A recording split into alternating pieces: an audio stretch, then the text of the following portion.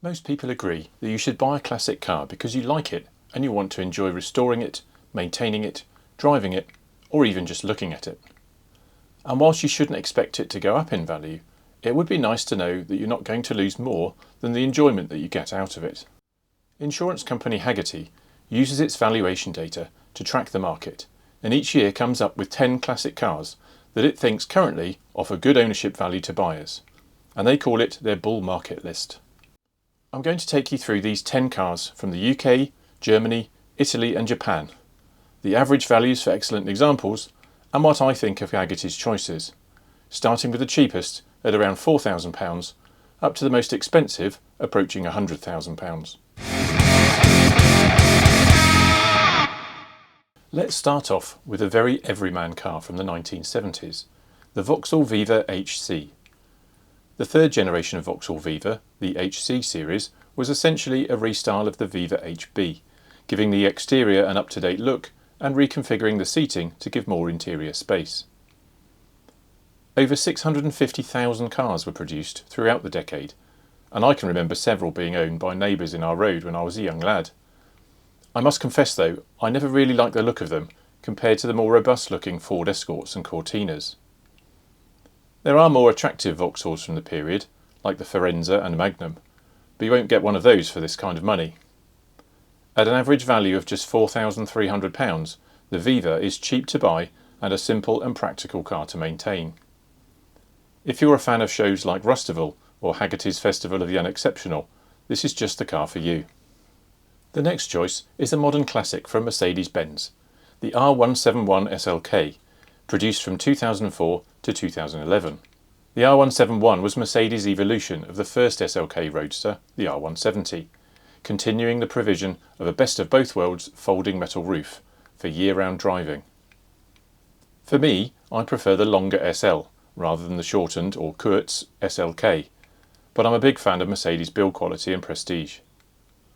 Like most convertible two-seat Mercedes-Benz cars, the SLK is bound to become collectible, and at an average value of £5,200, even the supercharged entry-level 200 compressor gives decent performance, achieving 62 miles per hour in under 8 seconds.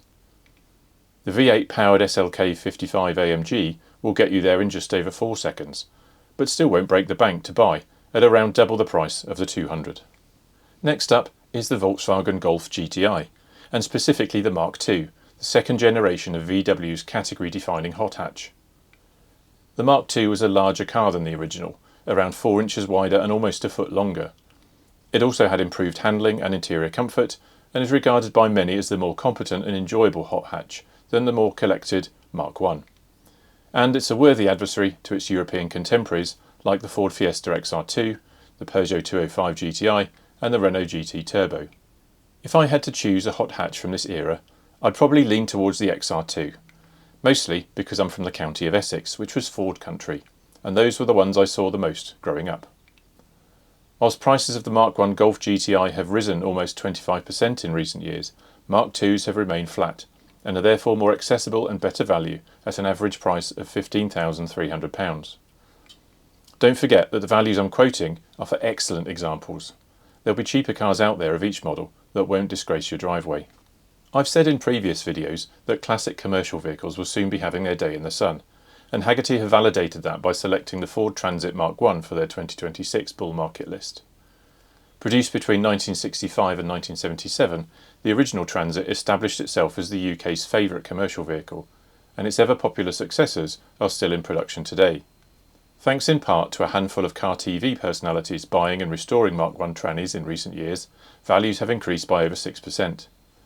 The biggest issue is their relative rarity, as tradesmen's vans in particular were worked hard, got damaged and rusty, and few survived. I'm slightly too young to remember Mark I Transits being used as school minibuses and the like, but I've hired and driven many later Transits and always enjoy the higher up driving position that a Transit van or minibus gives you. With the 2-litre petrol variant being the one to watch, Hagerty believes that the current average value of £17,200 is only going to go one way: up. Values of classic Porsche 911s skyrocketed some while back, but have softened over the last few years. Hagerty's next choice, though, has always languished at the bottom of the value and desirability table. It's the 996 generation, from 1997 to 2006.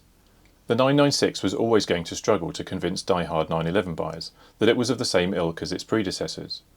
It was the first to have a water-cooled engine and featured a so-called fried egg headlamp design that was also duplicated on the much cheaper Porsche Boxster that was launched a year before. Since then, the 996 has become synonymous with issues with its rear main seal, intermediate shaft or IMS bearing, and bore score, although over 20 years later, most of these will now have been rectified. Personally, I prefer the looks of the later 997, which isn't that much more expensive, but the 996 is gaining in popularity and acceptance among the Porsche crowd, and at an average price of £17,800, it represents amazing value for money, especially in manual 3.4 litre Carrera 2 guys. We're halfway through the list now. Keep watching for some stylish Italian beauties, timeless British class, and a Japanese movie star.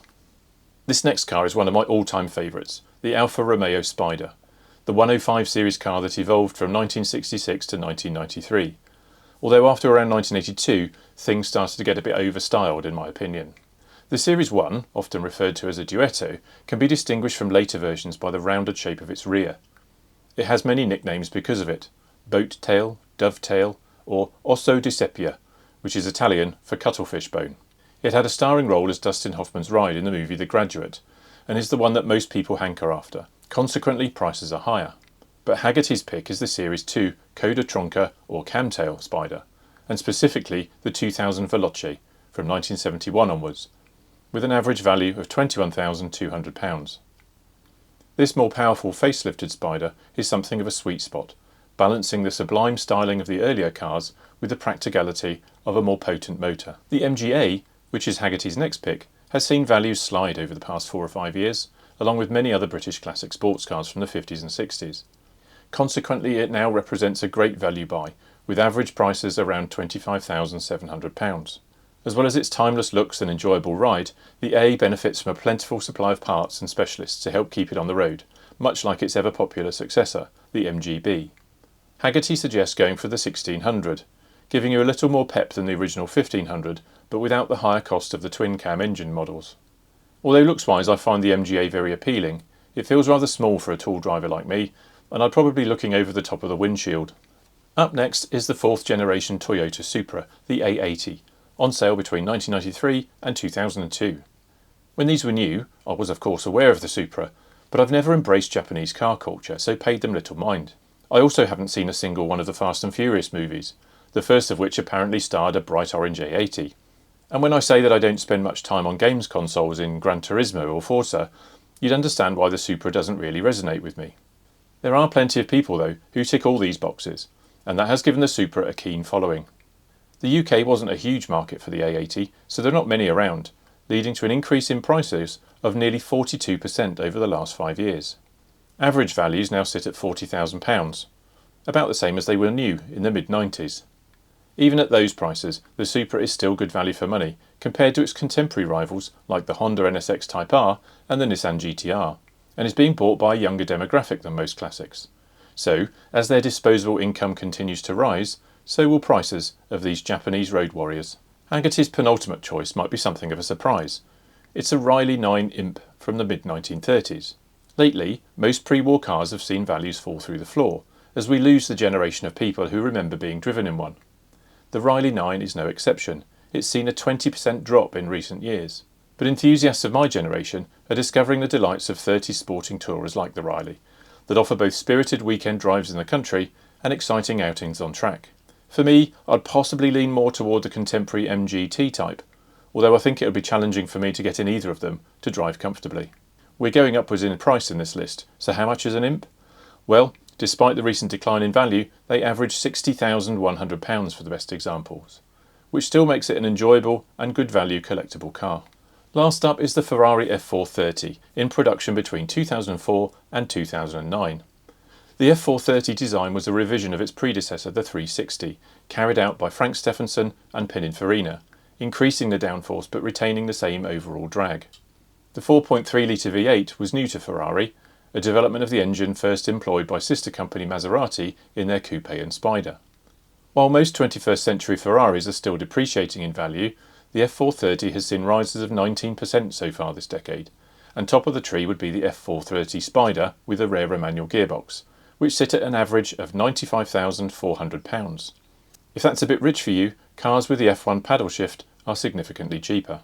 I quite like the F430, but I'm always drawn more to the first iteration of a Ferrari design rather than the upgrades.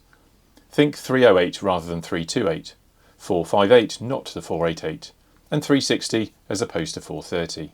So for the second year in a row, a Ferrari tops the Hagerty Bull Market List.